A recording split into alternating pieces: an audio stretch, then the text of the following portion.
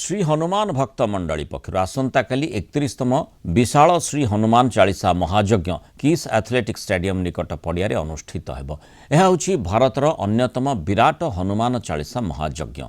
काली सकाळ 9टारे 108 सामूहिक हनुमान चालीसा पाठ और संध्या 7 घटिकार सामूहिक सुंदरकांड पाठ अनुष्ठित होब।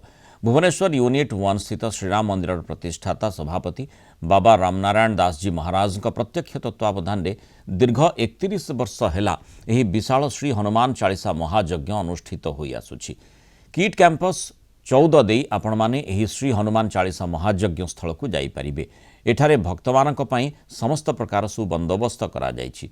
एही श्री हनुमान चालीसा महायज्ञ रे विपुल संख्यारे भक्त जोग देई प्रभु हनुमान को कृपा लाभ करिबा पई श्री हनुमान भक्त मंडली पक्षरु अनुरोध करा जायछि। कलिंग टीवी रे काली दिन 1:30 रु दिन 2टा पर्यंत एही कार्यक्रम सीधा प्रसारण आपण माने देखि परिबे।